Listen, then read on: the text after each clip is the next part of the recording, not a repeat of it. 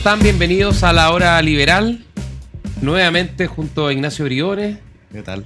Conductor, panelista, economista, amigo y otro gran amigo de la casa que ha estado varias veces con nosotros, que ha marcado récord además de reproducción y rating, Javier Álvarez, empresario, ingeniero de Concepción de Biobío. ¿Cómo estás, Javier? Muy bien, muchas gracias por su invitación y feliz de acompañarlos como siempre. Muy bien. Oye, yo quería partir proponiendo un pequeño cambio en el plan que teníamos, ¿no? Que es partir por el minuto de confianza. Siempre lo dejamos para el final y a veces los temas nos comen y nos quedamos sin minuto de confianza. Pero venía a la radio y me encontré con las declaraciones de la ministra Vallejo a propósito del informe de la Contraloría, muy duro, por el caso Convenios, ¿no? Y toda esta corrupción que se ha ido destapando, ya derechamente corrupción, falta de control, falta de la probidad. A propósito también de esta presentación que hizo en la semana Jorge Bermúdez, el Contralor. Y yo no quiero ya ahondar mucho más en el caso, que ya se ha hablado harto, ¿no? Sino que en una cuestión que yo creo que es de aquellas que irrita a las personas por el doble estándar de la política. Porque la ministra Vallejo, cuando le preguntaron por el tema, ¿qué fue lo que dijo? Dijo, mire, ¿sabe qué? El tema es que el problema es que el mecanismo... La debilidad institucional. Claro, esta debilidad viene desde la administración anterior, como dando a entender en el fondo que ahí se abrió el mecanismo o se generaron las facilidades para que llegaran los pillos, los bandidos, los corruptos, digamos, a sacar los recursos del Estado, que además son destinados a los más vulnerables, para o echárselo al bolsillo o darle usos distintos para los cuales están destinados, ¿no? Y eso a mí me parece, y por eso en Minuto de Confianza quería partir con eso, porque me parece muy grave, me parece que refleja una debilidad política, pero sobre todo una debilidad moral muy profunda, porque aquí el punto no es en sí el mecanismo, que obviamente uno lo puede mejorar, lo puede revisar, e idealmente que hayan las menores posibilidades posibles de que los pillos se aprovechen de los recursos del Estado, no hay que se introduzca la corrupción en los órganos estatales. Pero aquí no hay ningún reproche o ningún reproche relevante a quienes se aprovecharon de este mecanismo finalmente para llevarse la plata al bolsillo. Porque al final no es tanto el tema, y ese es el problema que tenemos en Chile, creo yo, no es tanto el tema de la debilidad institucional, que es importante, insisto, sino la debilidad ética.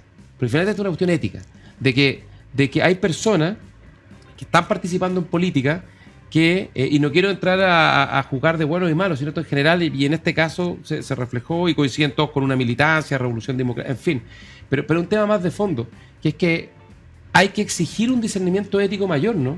Sí, aunque el mecanismo sea débil, o el mecanismo institucional sea débil, sacar recursos del Estado es un delito y es incorrecto, y hay que reprocharlo. Esto es bastante orwelliano, como se diría, ¿no es cierto? Que las cosas no se dicen tal y como son.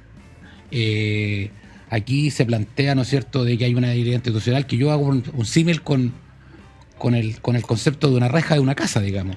O sea, no porque la reja sea más alta, los ladrones siempre se la van a arreglar para saltar la reja, digamos. Y aquí el problema no es que la reja sea baja. El problema es que aquí las cosas no se dicen por su nombre, y cuando se instala, ¿no es cierto?, un mecanismo, se instala una forma en que todas las cosas se hacen de relativamente igual y son todos de un mismo grupo. O sea, aquí no cabe duda que lo que hay, ¿no es cierto?, es un mecanismo establecido para, ¿no es cierto?, hacerse de recursos. Y aprovechándose de cierto esquema institucional. Claro, o sea, la reja es baja, pero uno no se va a transformar en ladrón porque ve que una casa no tiene reja, digamos. O sea, esta cuestión aquí hay que decir las cosas por su nombre. Y la verdad es que yo encuentro bastante desafortunadas las declaraciones de la ministra, y se ha venido equivocando también con el tema de las ISAPRES, ¿no es cierto?, que dice que las ISAPRES son las culpables de la situación en la que están, cuando el culpable mayoritariamente es el regulador, digamos. Entonces, no sé, esto yo creo que las cosas hay que decirlas por su nombre, y en este caso, lamentablemente... Yo complemento con lo siguiente. Primero, cuando se dice esto viene de antes, lo que viene de antes me parece que es algo correcto, es que la sociedad civil pueda participar de la provisión de bienes públicos a través de un financiamiento estatal. ¿Acaso queremos prohibir eso? ¿Queremos poner una barrera, una reja infinita en que sea el Estado el único que haga estas cosas? Por favor, no. Aquí de lo que se trata, por un lado, es de regular esa participación, y de dos, el estándar ético. Eso es lo primero. Lo segundo, habrá que recordarle a la ministra, y yo lo sé bien porque yo lo hice cuando fui ministro, nosotros la ley de presupuesto del 2021 pusimos expresamente, por primera vez, un resguardo que decía que las transferencias corrientes tenían que estar sujetas a concursabilidad, tenían que estar sujetas los pagos a estados de avance escrutables, y las instituciones que proveían el servicio tenían que tener una cierta reputación o historia o estado financiero Bueno, y dar garantía y este todo. gobierno rebajó ese estándar. La antigüedad de la institución se acabó. No hay garantía. Y más encima bypassó la norma porque pasó por bienes por transferencia de capital, lo que eran transferencias corrientes. O sea, acá hay un mecanismo y sobre todo una deshonestidad. Acá no se le puede echar la culpa a una regulación general que siempre es perfectible para exculpar a sinvergüenzas. Aquí son sinvergüenzas que robaron impunamente y que ojalá se vayan presos. Y más aún, voy a leer las declaraciones de la ministra porque creo que comete de esos escasos errores que ella comete como vocera. Leo. Pero que se han venido incrementando, como dijo Claro, Javier. el nerviosismo hace que se incrementen los errores, ¿no? Así Tal es. como lo ha expresado el propio Contralor, dice la ministra, esto tiene que ver con una debilidad institucional cuyo diseño no se originó en este gobierno. Ahí el empate, ¿no es cierto? Que ya lo aclaramos. Sino que en el anterior. Y que da cuenta de una brecha institucional que permite que quienes tengan intenciones de otro tipo puedan defraudar al fisco. Traducción. En este gobierno, los frescos, los pillos, los sinvergüenzas, robaron. Pero En los anteriores con las mismas reglas No robaron. no robaron. Esa es la O ética. sea, a confesión de parte, relevo de prueba, ¿no? Sí, pues. Entonces, yo creo que acá es mejor ponerse colorado una vez más, dar señales inequívocas que estos sinvergüenzas para adentro, y no ningunear a la ciudadanía con declaraciones francamente irrisorias que subestimar la inteligencia de los chilenos. Estas son las cosas que irritan, y yo creo que hay que ser bien hidalgo para reconocer una obviedad. Que en este gobierno, el caso de convenios que parte en una región, el Contralor ha dicho que está todo Chile. 15 Exactamente. regiones. La segunda región, En la no primera. era la segunda región, era la Esta primera. ahora. Y bueno, y tomar las cartas en el asunto, y sobre todo este gobierno que venía con un estándar moral distinto, ponerse bien colorado, y lo que le corresponde hacer es asegurarse que los sinvergüenzas se vayan presos. Oye, además el argumento es muy malo porque me recuerda el pésimo argumento cuando algunos decían, mire, ¿sabe que el problema con una niña cuando era abusada sexualmente era que se la minifalda? Claro. No, pero por favor, si el abusador es abusador, el ladrón es ladrón y dígalo por su nombre, y da lo mismo la militancia. Y si son todos militantes de un partido, peor todavía, y ese partido debe ser más exigente porque al no poner las reglas, al no exigirle, no allanar, al decirle perro al gato y gato al perro, finalmente nadie entiende nada y la gente lo único que dice, ¿sabe qué? Son todos iguales, son todos ladrones, que se hallan todos. A todo esto, ¿qué opinan ustedes respecto a la situación en la que queda el ministro Montes? Que evidentemente él no está metido personalmente, pero sí es la principal autoridad política de un ministerio donde en prácticamente todas las regiones de Chile se les produjo un forado por el cual se llevaron recursos a uso reprochable o mal habido derechamente. Bueno, tú sabes que yo vengo del mundo privado, que no soy funcionario público, nunca lo he sido. En el mundo privado esto le habría costado la pega a cualquier persona, digamos. Porque la verdad es que cuando hay un esquema que está instalado en todos los lugares, ¿no es cierto? De un banco, digamos, ¿no es cierto? En todas las sucursales, digamos, está pasando.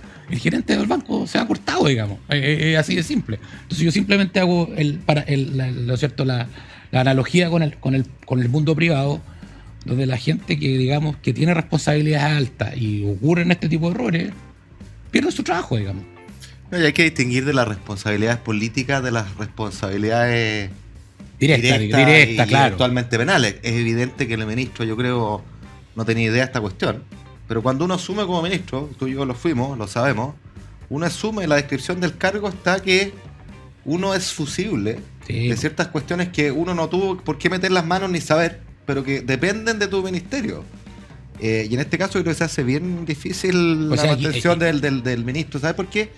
Porque además yo creo que de un buen tiempo esta parte de nuestro país, cuando quedan embarradas, las responsabilidades de verdad no corren. Se corta siempre por el hilo más delgado. Claro, saltaron los fusiles chiquititos, porque Los creo que Ceremi, cayeron los dos Ceremi. Ceremi, pero el interruptor general quedó abierto, digamos. Es todo. O sea, tú pensás en la educación, con años de overales blancos. ¿Dónde están los responsables? ¿Dónde están presos? ¿Dónde están multados sus padres? ¿Quién sea responsable? Nada.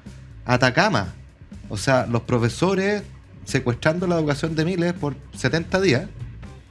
Hasta el día de hoy yo no sé si no he escuchado que le vayan a descontar los 2 meses no trabajados y que más aún les vayan a aplicar las sanciones que la ley es clarísima en determinar que los profesores que tienen una ausencia reiterada a clase de 2 o más días sin justificación son sujetos de remoción. Entonces acá parece que secuestrar la educación de los niños sobre texto o aduciendo simplemente la eventual legitimidad de los fines, de las causas que se reclaman, que es la infraestructura, que es la casta de la espada, da paulo para hacer cualquier cosa y después sencillamente se arregla, se llega a una negociación, se baja el paro y no hay costo. O sea, estas acciones no tienen costo. Si ese es parte del problema que tenemos. Mientras no haya costo, bueno, uno no puede disuadir como quisiera estas malas prácticas.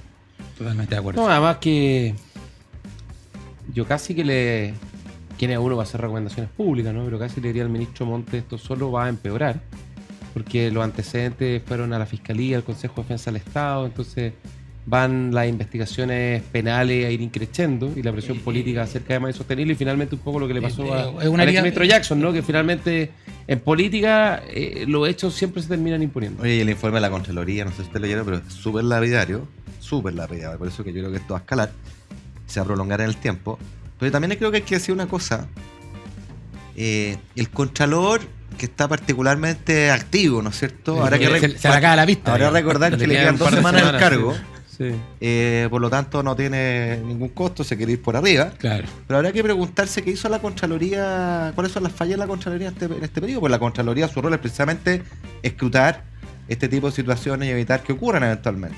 Entonces creo que también acá hemos hablado poco de cuál es la responsabilidad y cuáles son las falencias que tiene nuestra propia Contraloría General de la República, que en un marco de buen funcionamiento debiera parar estos problemas a tiempo, ¿no? No, yo creo que ahí hay un tema, porque efectivamente yo, según lo que tengo entendido, sobre todo las transferencias a los gobiernos regionales, hay mucha, o sea, la Contraloría aprobó estas transferencias, entonces las revisó.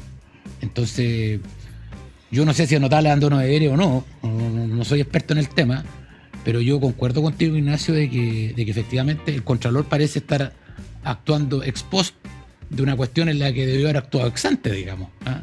Y qué bueno que lo haga, ¿cierto? Yo prefiero que lo haga después a que no lo haga, digamos. Claro, yo algo conozco un poco más del tema, porque me tocó, como ministro y secretario general de la Presidencia, ser contraparte de la Contraloría.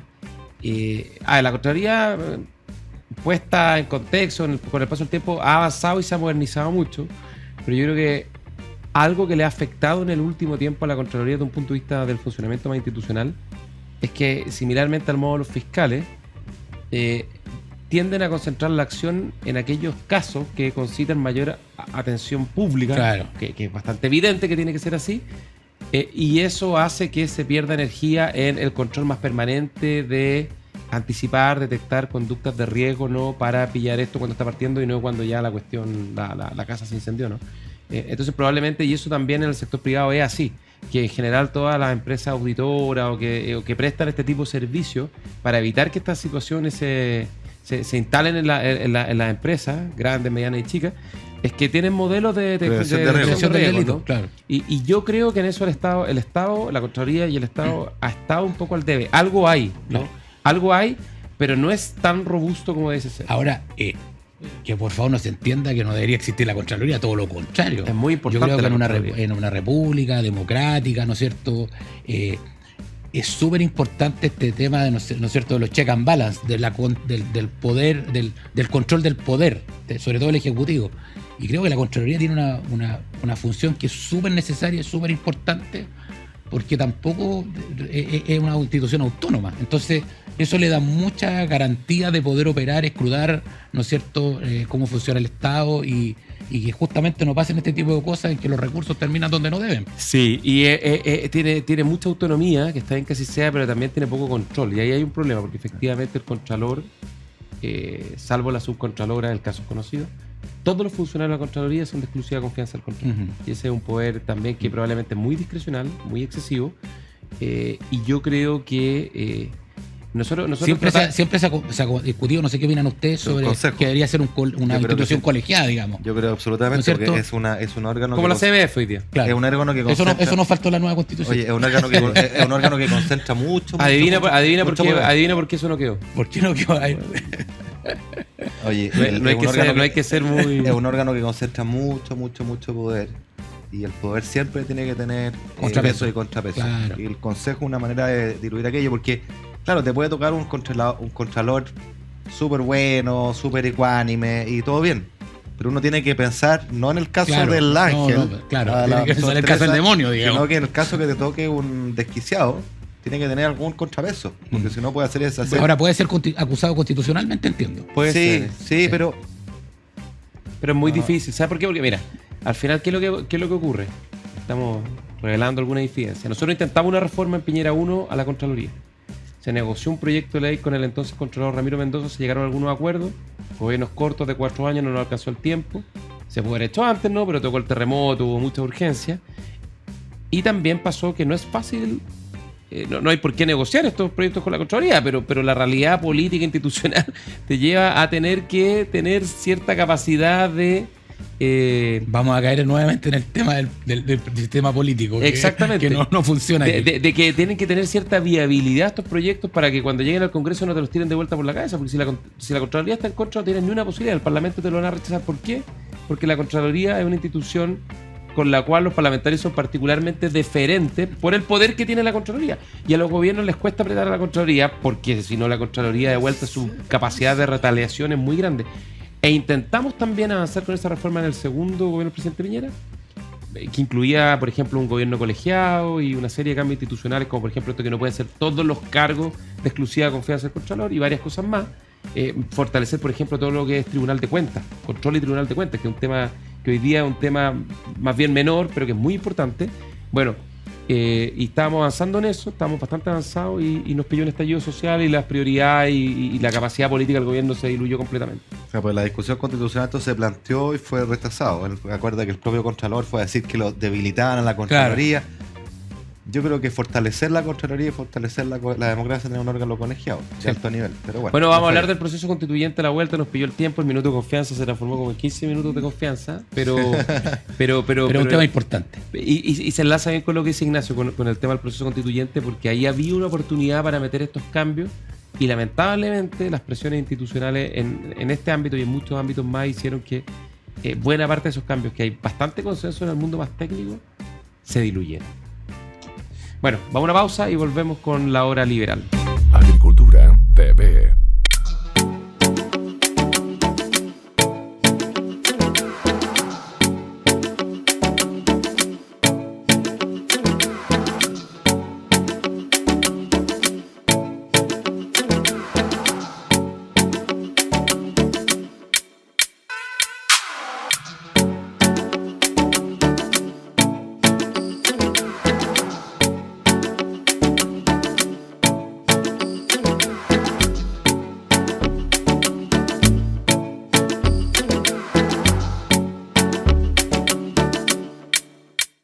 Estamos de regreso en la hora liberal por Radio Agricultura, Agricultura TV, con Ignacio Briones, Javier Álvarez, empresario, ingeniero, penquista, seguidor de la U de Conce, de Deportes Concepción, Huachipato. El Conce, Corazón Morado. El Conce es Deportes Concepción. Deportes Concepción, El club sí. histórico de... Sí. ¿Qué día debe estar? Está, creo que en tercera. En tercera, claro. O sea, ya está fuera del Conce. fútbol profesional. Sí. Oye, además que Concepción, Biobío, hoy día es la capital del rock nacional, ¿no? Hace poco tuvieron Siempre lo ha sido. Si lo que REC, pasa el es que Festival REC Rock en Concepción. ¿ah? Los bunkers, Y los bunkers y los tres. Y los tres, o sea, Sí. ¿qué más?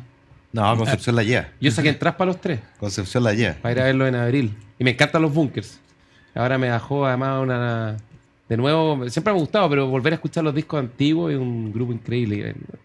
¿Ah? Conce la lleva. Y también el rally, po. Si el rally mundial Ah. hizo su escala aquí en Sudamérica, en el único país sudamericano, y la verdad es que es un espectáculo también. El rally de también. primer nivel, digamos. Oye, todo esto es una cosa curiosa que pasó, que los tres anunciaron después de los bunkers su regreso, Ujú. sacaron sus fechas de regreso y anunciaron una fecha adicional y coinciden con los bunkers. Y le preguntaron a los bunkers si pensaban que había coincidencia o algo más. No respondieron.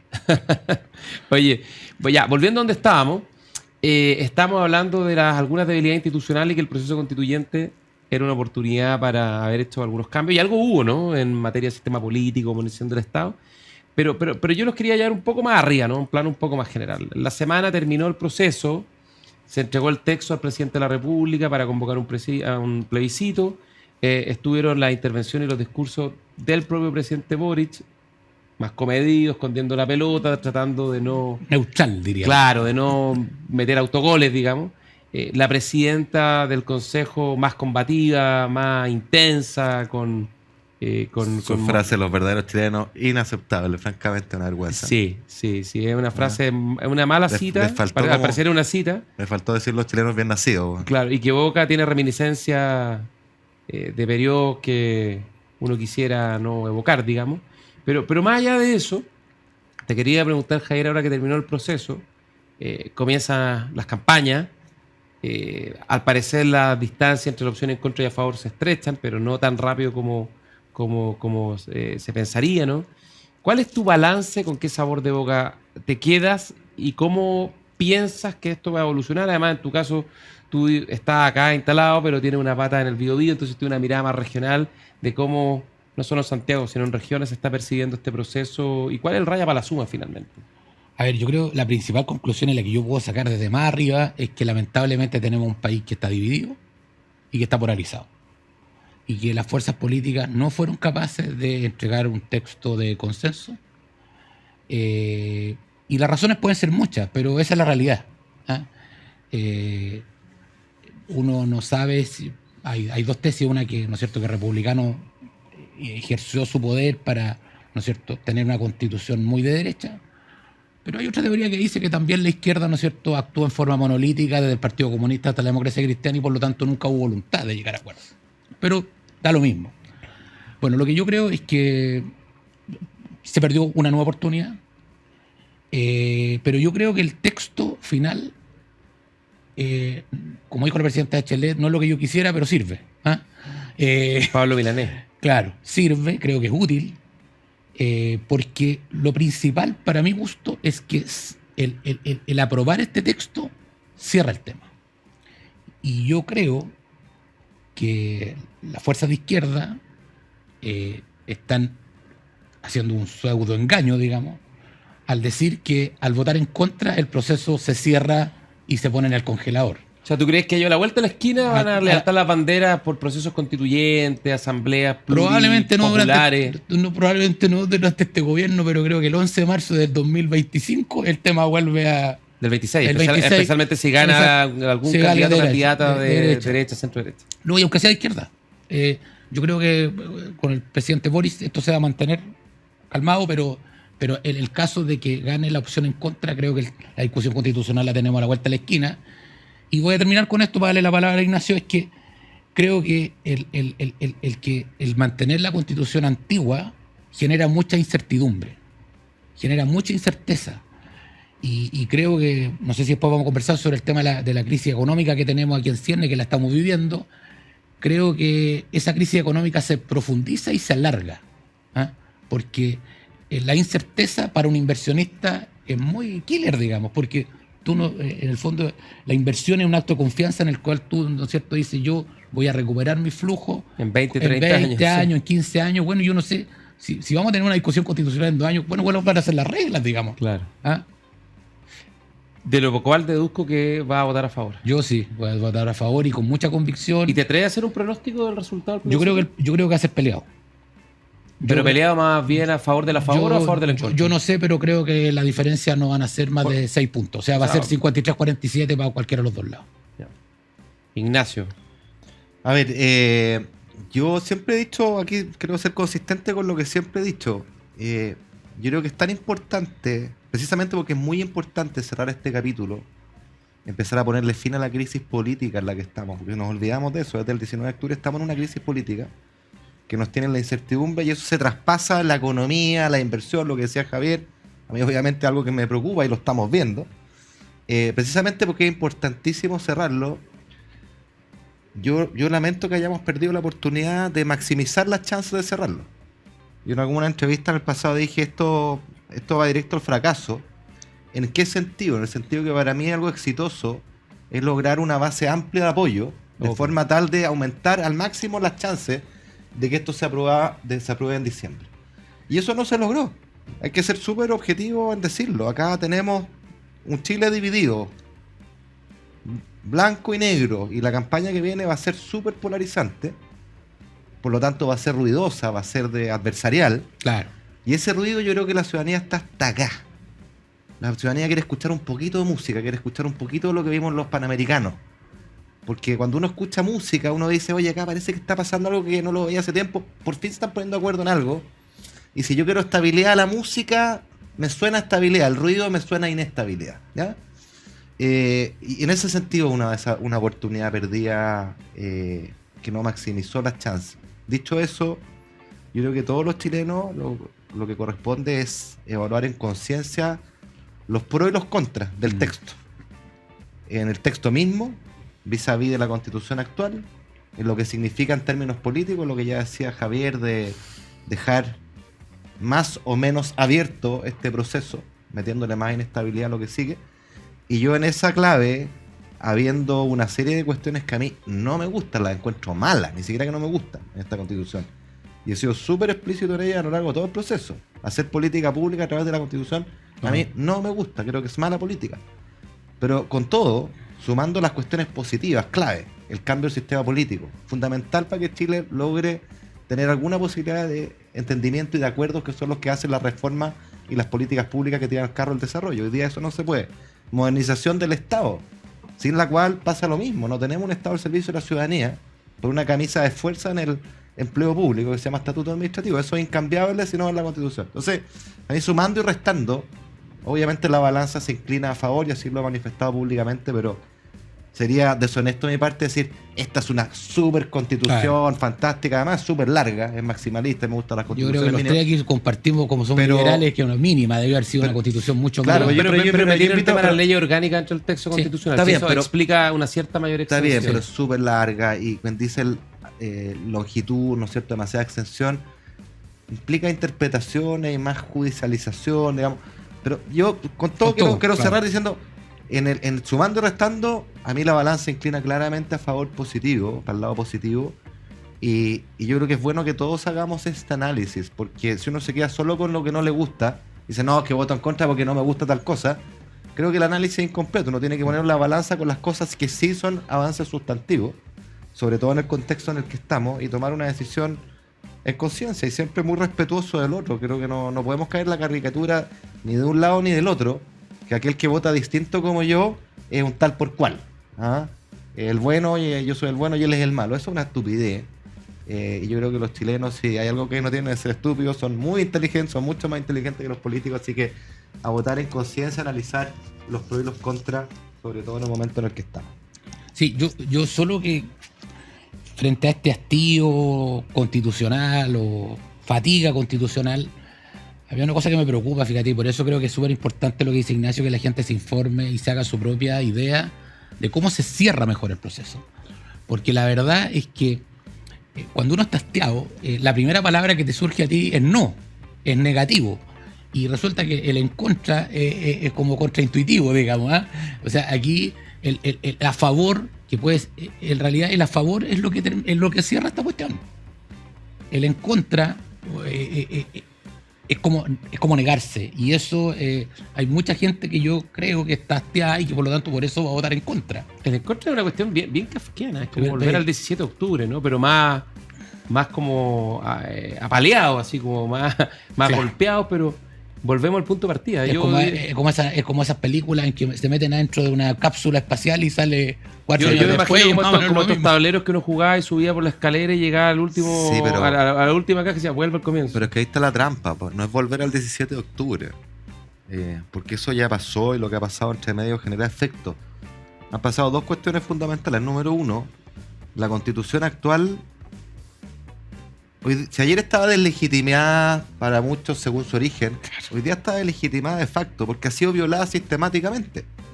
Pensemos simplemente en los retiros. A ustedes les tocó ahí. ¿Ya? Entonces está violada sistemáticamente y hoy día además es reformable por 4/7, claro, lo que le acerca una ley. Entonces, muy débil. Esa constitución de facto está muerta. Está muerta. No, pero yo quiero decir algo. Yo tengo, con Ignacio tenemos pocas diferencias, pero yo tengo una diferencia. Yo quiero decir primero que voy a votar a favor, básicamente por los mismos argumentos que ustedes dieron. Yo soy un poco más benevolente con el texto. Me parece que hay cosas que no me gustan, pero nada ni comparable al texto de la convención, sin duda, que era una barbaridad total, era una cuestión refundacional completa. Sí, no, era delirante. O sea, esta constitución tiene cosas que no son buenas, pero nada que... están los 12 bordes, oye, nada que no permita el legítimo ejercicio de la democracia. Cualquier programa de gobierno de Boric, Piñera 1, Piñera 2, Bachelet 1, Bachelet 2, cualquier programa de gobierno del retorno a la democracia se podría ejecutar bajo este nuevo texto constitucional. Donde yo tengo una diferencia es que yo creo que el 18 de octubre la Constitución estaba mucho más muerta de lo que eventualmente podría estar si es que gana el en contra. Un buen punto. Porque ha pasado algo, Sí. que básicamente la izquierda, con oportunismo, les creemos muy poquito, la izquierda más dura, el Partido Comunista, Lautaro Carmona, todos han empezado a decir, ¿sabe qué más? Esta Constitución no era tan mala, ya no tenemos 4 generales, es más verdad. bien de lago. Atria dijo, ya no están las trampas de las leyes orgánicas constitucionales, los supraquórum, Los senadores el Tribunal designados, Constitucional qué sé yo. y el binominal, en fin. Y se han dedicado... Mira, ha pasado una cosa que es bien notable.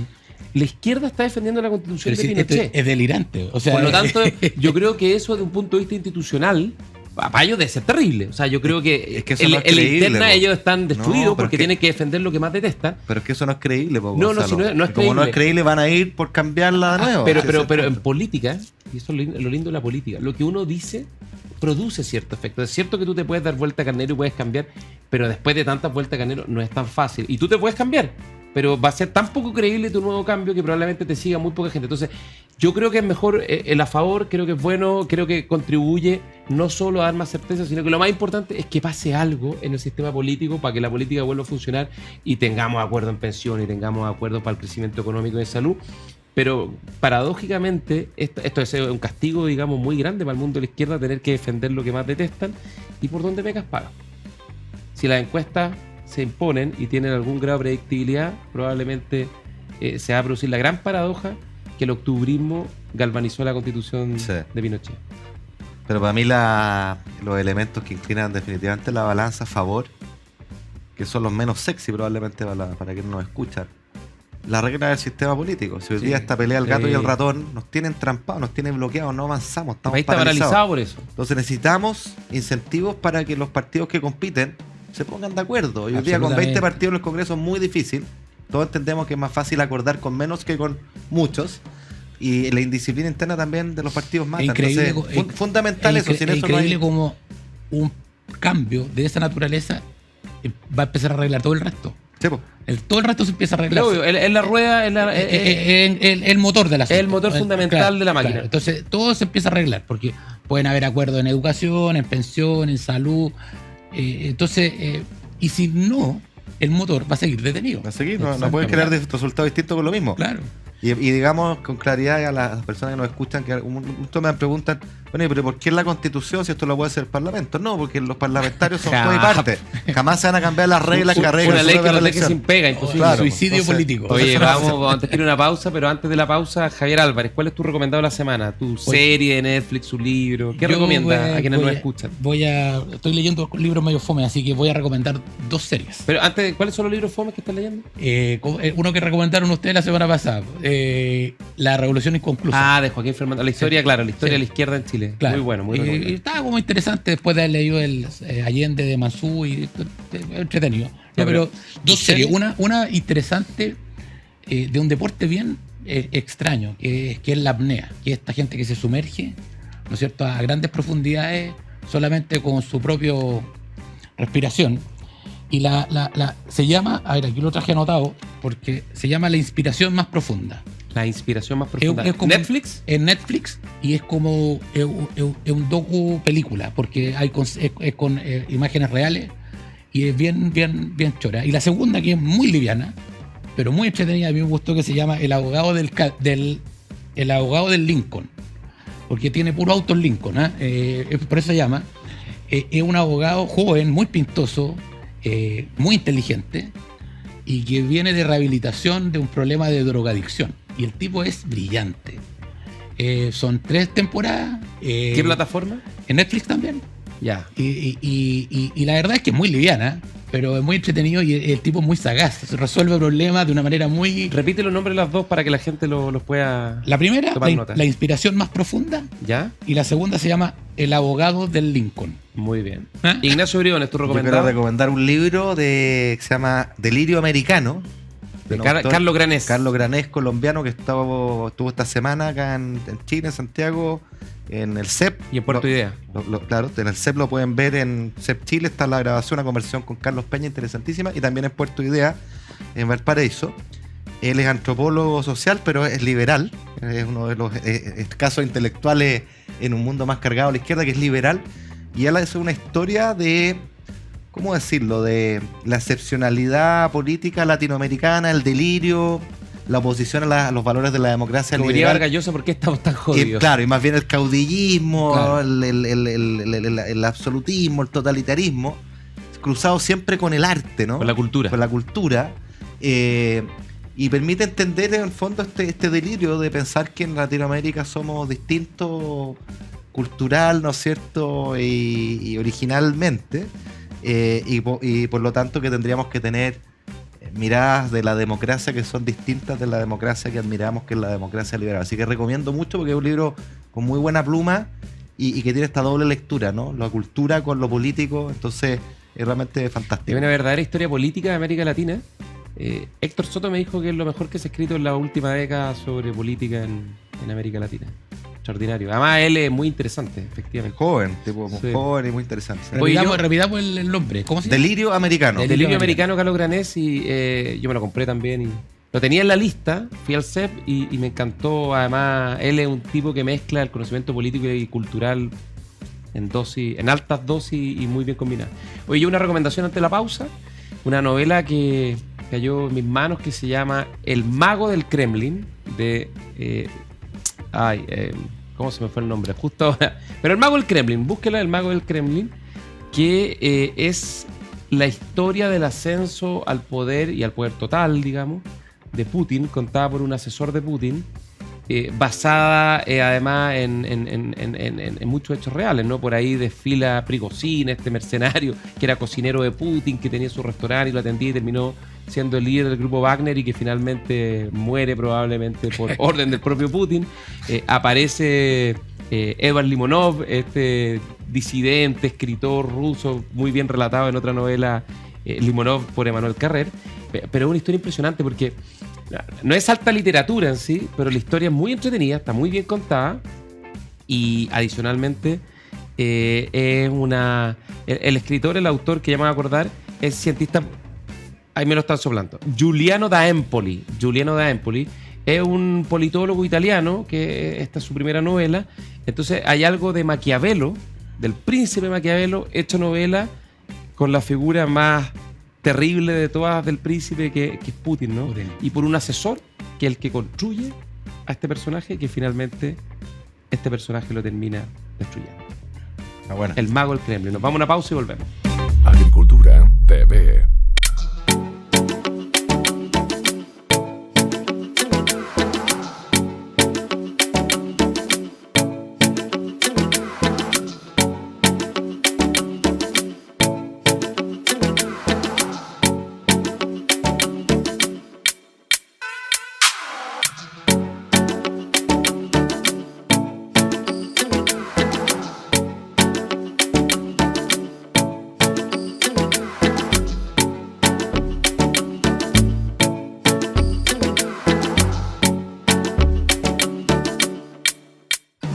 Estamos de regreso en la hora liberal. Ignacio Briones, Javier Álvarez. Y estamos hablando, tú planteaste, Javier, un tema que yo quisiera darle continuidad inmediatamente, que a propósito del plebiscito, ¿no? Y el valor de la favor, digamos, de que es dotarnos de un texto constitucional que nos dé más estabilidad, que cierre y certeza, que eso tiene algunos atributos que son muy importantes, como los cambios al sistema político, modernización del Estado, pero sobre todo que facilitarían o crearían condiciones para facilitar, no sé si un auge económico, pero sí un despegue, inversiones, crecimiento económico, que al final un país sin crecimiento es un país que vive en permanente conflicto y vive en la frustración, ¿no? Y te quería pedir que profundizara un poco más sobre ese punto. Además, tú te gusta la política, pero tienes una trayectoria empresarial. Entonces, alguien que tiene conocimiento directo de por qué estas cosas institucionales y políticas afectan la economía. A ver, sí. En Chile la falta de acuerdos políticos nos tiene sumergido en una crisis, yo diría, permanente en los últimos 10 años. Ignacio es más experto en grandes números, digamos, pero en los últimos 10 años Chile ha crecido muy poco. Tú a menudo dices, ¿no es cierto?, que esta es una torta, que la torta ha crecido poco, pero somos más los que estamos comiendo la torta y por lo tanto lo que nos toca de torta a cada uno es más o menos lo mismo en 10 años.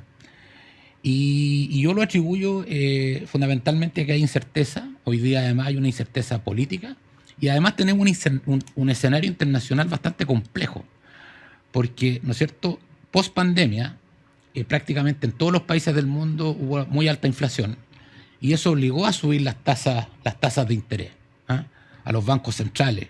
¿Y en qué se traduce eso en concreto? Y eso se traduce en que en el fondo los proyectos reales, la inversión, compite con la posibilidad de que la plata que tiene el inversionista la ponga en instrumentos financieros. Entonces, a los proyectos les exige más rentabilidad. O sea, es más caro endeudarse para invertir. Exactamente. Y por lo tanto, ¿no es cierto?, eso genera un frenazo en la economía mundial. Pero justamente lo que se busca, ¿no es cierto?, es controlar la inflación, y por lo tanto ese es el efecto que se busca, pero en esa pasada, digamos, los países dejan de crecer. Entonces, yo creo que en Chile tenemos dos problemas. Tenemos un problema interno, que es esta inestabilidad, esta incerteza de las reglas. Que es un problema interno propio. Interno, ¿no es cierto?, nuestras propias debilidades. Sí. Pero también tenemos un escenario internacional que es bien complejo, digamos. Porque mientras Estados Unidos, que es básicamente la economía más importante del mundo, ¿no es cierto?, si tiene sus tasas altas, todos los inversionistas van a comprar bonos del tesoro. A comprar bonos del tesoro o todo lo accesorio en Estados Unidos, porque los dólares están rindiendo en Estados Unidos, y no en construir fábricas, no en explotar, ¿no es cierto?, como el caso nuestro, que tenemos la minería, el litio, los salmones, qué sé yo. Entonces se frena la inversión. Y ese es un problema que va a durar probablemente al menos un par de años más. Y si nosotros no resolvemos nuestro problema constitucional, bueno, este tema va a seguir pegando en tema de incertidumbre. Oye, y súmele un tercer factor, y tú, Ignacio, te has metido harto en eso, que esta nueva casi definición de la RAE, ¿no?, la permisología. O sea, además de la debilidad estructural de las instituciones, desde un punto de vista del regulador y los permisos administrativos, hoy día está en una cuestión kafkiana que hace cada vez más difícil sacar adelante los proyectos, ¿no? Y es un tema que ya está como instalado ya. O sea, está archidiagnosticado. Sí, yo me metí bastante en ese tema, y de hecho en el comité de expertos de Hacienda que me toca estar para ver el tema del pacto fiscal y el impacto del crecimiento en los ingresos y holguras fiscales. Le estamos metiendo bastante a este tema porque es de sentido común, digamos. O sea, los permisos son necesarios porque resguardan ciertos bienes públicos, medio ambiente, comunitario, etcétera. Pero uno puede tener un ecosistema de permisos disfuncional o funcional, que tenemos bastante disfuncional, plazos súper largos, lo ha dicho el presidente, lo ha dicho el ministro de Hacienda, los empresarios. Hay como nunca un consenso de que Marcel dijo que le desespera. Sí, que hay que acortarlo. O sea, una planta desaladora en Chile, según la Comisión Nacional de Productividad, toma prácticamente 12 años en permiso. Una locura completa. Deberíamos tener como país una definición de que no puede durar más de 2 años.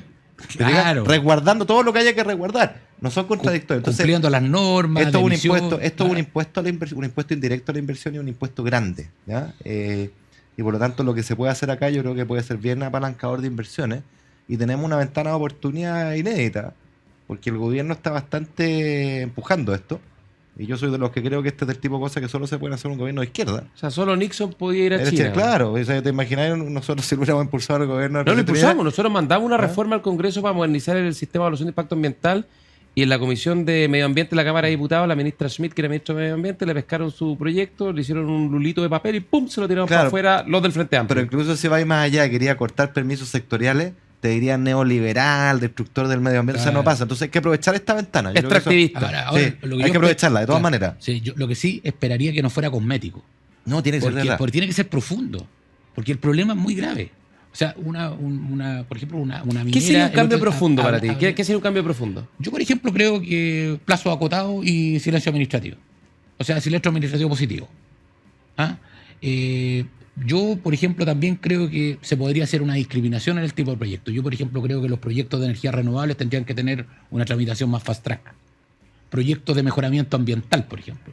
Porque si tú es increíble, pero si tú quieres instalar, por ejemplo, un equipo de abatimiento de gases en una industria, tú tienes que pedir permiso ambiental. Entonces, eso es como una.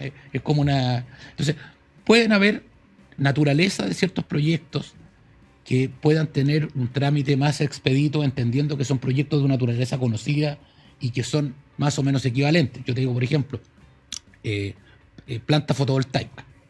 Uno debería bastar con que... Demora 4 años hoy día. Claro, 4 años. De permiso. Y uno lo que debería decir es, mire, el terreno... Si es clase 4 para arriba, o sea, no es uso de aptitud agrícola, Claro. no tiene valor ambiental. Claro, Es o un- paisajístico, ¿no es cierto? Debe cumplir Debe ser un cierta- formulario con cierto Claro. checklist Claro. y revisable ex post. Y en otros países funciona mucho el tema de la declaración, porque aquí se habla de declaración de impacto ambiental, Bueno, pero en el- realidad oye, es un calvario El de origen de permiso. la declaración, hoy día la declaración de impacto ambiental, que es el permiso ambiental, ¿no? Estaba pensado como un formulario, por eso Claro. se llama declaración. Pero y el lógico. estudio era para los grandes proyectos. Claro. Y hoy día la declaración es Es un como los estudio, estudios eran claro. antes, y hoy día los estudios son unas cuestiones. Entonces, como dice Ignacio, tremendas. mira, los ladrones presos, los mentirosos presos. Entonces, ¿por qué yo no puedo hacer una declaración y diciendo, mire, yo voy a cumplir con esto, con esto, con esto, con esto? Bueno, el proyecto que tiene el Ministerio de Economía... Y si no cumplo, bueno, El proyecto La- de ley que tiene el Ministerio de Economía de permisos sectoriales va a harto en esa línea, de que hay una serie de cuestiones que hoy día son declaración simple. O sea, que mañana pasan a ser declaración simple, lo que eligiera Claro. la... O sea- Pero es fundamental avanzar ahí. Pero mira, yendo al tema más profundo, estamos en un ciclo recesivo que duda acá. Este año la economía se va a contraer. O sea, la torta va a ser más chica que la del año Estamos en pasado. recesión, que antes Sí. era una cuestión muy terrible, hoy día Claro. como que no causa mucho La ruido. economía va a caer medio punto del producto más o menos, quizás algo más. ¿Y el próximo año cómo andar? Próximo año, el gobierno creo que está muy optimista, dice 2,5 Sí, de crecimiento. 1,5. Banco Central dice 1,8. Yo creo que va a estar más cerca, por la información que tenemos hoy día, 1,5. Ahora es paupérrimo entre 1,5 y 2,5. Oye, eso es un poquito, mira, si es que yo quiero volver a la tendencia estructural, que es lo que decía Javier. Acá llevamos una década perdida de crecimiento, y para graficarlo lo siguiente, o sea, el pedazo de torta promedio que nos comíamos el 2013 no es sensiblemente distinto del que nos vamos a comer a fin de 2023, es virtualmente el mismo, ¿ya? El de hoy día es, en 10 años, apenas un 6% más grande, ¿ya? Y obviamente eso causa malestar y frustración. Yo soy de los que creo que parte del malestar que se expresó en octubre del 2019 tiene que ver con este achanchamiento, porque las personas proyectan su futuro en base a lo que están observando hacia atrás, al viento de cola con el que venía. Entonces tus proyectos de emprendimiento, de pega, de estudio, y de repente cuando el viento se acaba, tú te frustras, po. pero por supuesto. Ahí hay malestar. Entonces, el crecimiento es fundamental recuperarlo. Está pesada la pista. El otro año no va a ser un año bueno, va a ser evidentemente mejor. El que este. desempleo está bastante alto. El desempleo va a seguir subiendo. Está en torno al 9% hoy En día. torno al 9% va a seguir subiendo, lentamente va a seguir subiendo. Porque la capacidad de absorción de la economía es limitada. Claro. Y recordemos además, como lo veíamos con David Bravo acá, respecto a la cantidad de personas que debiéramos tener vis-a-vis de antes de la pandemia, hay 450.000 personas que deberían estar trabajando y no lo están. Entonces, si esas personas quieren volver el día de mañana, la capacidad de absorberla es distinta, y 100.000 personas es un punto de desempleo, para que tengamos un orden de magnitud. Yo he reflexionado mucho sobre cómo poder instalar la idea de que el crecimiento no beneficia a los empresarios. Porque existe como la cultura popular que dice los empresarios siempre están preocupados del crecimiento para que ellos ganen más plata. Bueno, ¿no es cierto? A la gente que nos escucha, que nos ve, ¿cómo pensarían que sería Chile si en los últimos 10 años hemos crecido al 4 o al 5%? ¿Ah? Entonces yo me pregunto, ¿las listas de espera serían iguales o serían más cortas? ¿Ah? Chile, cuando terminó el gobierno Lagos, no había campamento. Yo creo que si Chile hubiera crecido al 4 o 5%, no habrían campamento hoy día, y no habrían muerto esas 14 personas que murieron en el Biobío la semana pasada. Dramático. Que murieron y que lamentablemente, yo no sé si es porque son extranjeros, como que no tuvo más repercusión, pero el crecimiento genera mejoramiento de la calidad de vida de las personas, y especialmente los más vulnerables. Hay un Y libro. eso- Sí, para tener un orden de magnitud, por cada punto adicional de crecimiento, el fisco recauda como 750 millones de dólares más a plata de hoy. O sea, es como un Transantiago, casi un Transantiago completo.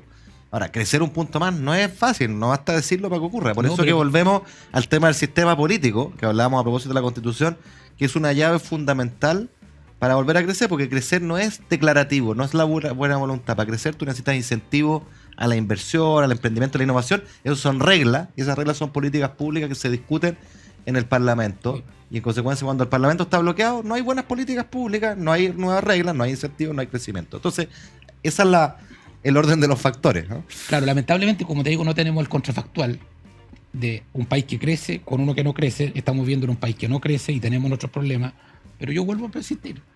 Imagínense un Chile que hubiera crecido al 4 o al 5% en los últimos 10 años. Estaríamos en otro país. ¿Ah? Oye, Robert Barro, un economista muy famoso, muy destacado, De Harvard, que sí. tiene un libro muy importante que lo escribió con Javier Sali Martín, que se llama Crecimiento Económico, dice al comienzo del libro, como en la dedicatoria, el epígrafe, dice algo así como cuando uno entiende el potencial de lo que significa el crecimiento económico y el impacto social que ello tiene, no puede dejar de pensar en el crecimiento económico, porque es verdad. Porque sin crecimiento no hay ningún país que haya generado prosperidad, desarrollo, igualdad, justicia social. Sin crecimiento. Eso creo que lo decía, o también lo decía Robert Lucas, de Chicago. Creo que lo pone Barro y una cita de Robert Yo Lucas. creo que es una cita de Robert Lucas, sí. Tienes toda la razón. Una vez Es que una uno cita empieza- de Robert sí, Lucas, sí. que es uno de los padres de la teoría Premio moderna del Nobel. crecimiento Y económico. premio Premio Nobel, Nobel. sí.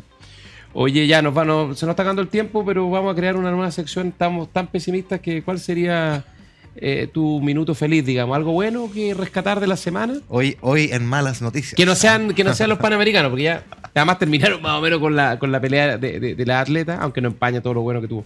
Pero alguna cosa buena que rescatar. Esta es una nueva sección que queremos hacer, el minuto feliz. Minuto feliz, bien. Mira, yo, sí, los Panamericanos creo que fueron una... Ya, pero además de los panamericanos, mm, piénsalo, Ignacio, no es fácil. Sí, en realidad yo lo que esperaría es que los políticos puedan ponerse de acuerdo, porque en realidad en un país que estamos tan divididos nos va a costar mucho avanzar y por lo tanto no hay muy buenas noticias, si esa es la verdad. Pero nada que rescatar, nada que tú leíste la semana que diga esto sí. No me acuerdo, fíjate, de nada muy bueno. Ignacio, tu minuto feliz. Mi minuto feliz, no se me viene nada así como de buena primera, pero insistiría en la agenda de permisos. Creo que este es un tema que no lo teníamos arriba de la mesa hace 3-4 meses. Hoy día está súper Es instalado. valorable que se esté empujando. Y sí. hay que ir con todo, digamos, hay que ir con todo. Y lo otro que quisiera rescatar, fíjate, es contraintuitivo esto, pero a propósito de una muy mala noticia, que fue la funa que sufrió Sergio Mico. Oye, me la profesor de robaste, yo iba a decir lo mismo. que sufrió Sergio Mico, Sí. profesor de la Universidad de Chile, Penquista. por Sí, pues, un un acto histórico de la U de Conce. acto tribal de cancelación intolerante de alumnos de Derecho, que eso es lo que más preocupa, porque la verdad es que la invitación es siempre a reflexionar y argumentar, particularmente los universitarios. Quiero destacar el respaldo que le dio el presidente Boric, contrario a su tribu. Muchos de la tribu de izquierda, no, que se lo merece, Mico, porque fue un tal Oye, por cual. que no es una Y no- funa, y no fue técnicamente no era una funa. Claro, y no por fue una favor, funa, el argumento. y no fue una funa, ¿Qué señor. es? Y el Pero te presi- fijas, oye, y el presidente distorsionando la realidad. Y el ¿te fijas? presidente con mucho valor dijo lo que correspondía decir. Esto es inaceptable. Fue una cuestión fascista pura y dura. ¿no? Exactamente. Y yo creo que no hay que cansarse de decir esto en todo ámbito de cosas. La cancelación de este tipo son actos fascistas, no es muy distinto al que baila pasa. Y son inaceptables en todo lugar y particularmente en las universidades. Yo lo quiero valorar particularmente el caso del presidente Boric, que generalmente no valoramos tanto sus acciones, pero la quiero valorar en este caso porque él fue funador y fue funado. Claro. Yo me acuerdo, por ejemplo, el 2013, creo, cuando el presidente Piñera fue a Magallanes, se lo encontró con él siendo dirigente estudiantil y lo empezó como a increpar en la calle. No fue una funa técnicamente, dirían hoy día, pero sí lo empezó a increpar de mala manera. El presidente Piñera reaccionó muy bien y, en fin, al final no terminó mal eso. Después, acuérdense, cuando el presidente Boric, siendo diputado, firmó el acuerdo el 15 de noviembre, fue funado muy violentamente. Los cupieron. Los cupieron, le tiraron un vaso, no sé, de cerveza, no sé qué cosa, una cuestión muy repudiable. Y por lo tanto, que ahora tenga un cambio de opinión, que generalmente los cambios de opinión son tan criticados, en particular el caso de él, porque cambia de opinión a cada rato, pero en este caso me parece que es valioso porque fija un estándar y le marca un punto a la izquierda que cierta izquierda sigue siendo muy poco democrática y no solo aprueba estas prácticas, sino que las promueve, si esa es la verdad. Y Esa es siempre la le verdad. encuentro una justificación o un empate. Esa es la típica de la izquierda. Y esto no tiene nada de izquierda-derecha. Esto tiene que ver con cómo vivimos civilizadamente. La única manera es con los argumentos, con la razón. Quien renuncia a aquello y lo reemplaza por la fuerza, por los actos grupales, no solo es cobardía social, sino que es cobardía y pereza Y intelectual. especialmente en una universidad, en una facultad de Derecho y a la casa de Bello, como dijo el propio Sergio Mico. O sea, se El templo de la pierde deliberación y la completamente racionalidad y el respeto. pluralismo, la cancelación, ¿no es cierto?, en su máxima expresión. Ya, vámonos terminamos, si no nos van a cancelar y funar a nosotros del otro lado. Nos vemos la próxima semana en la hora liberal. Que Gracias, estamos bien Javier. todo, ¿ah? Chao, Muy Ignacio, bien. nos vemos. Chao.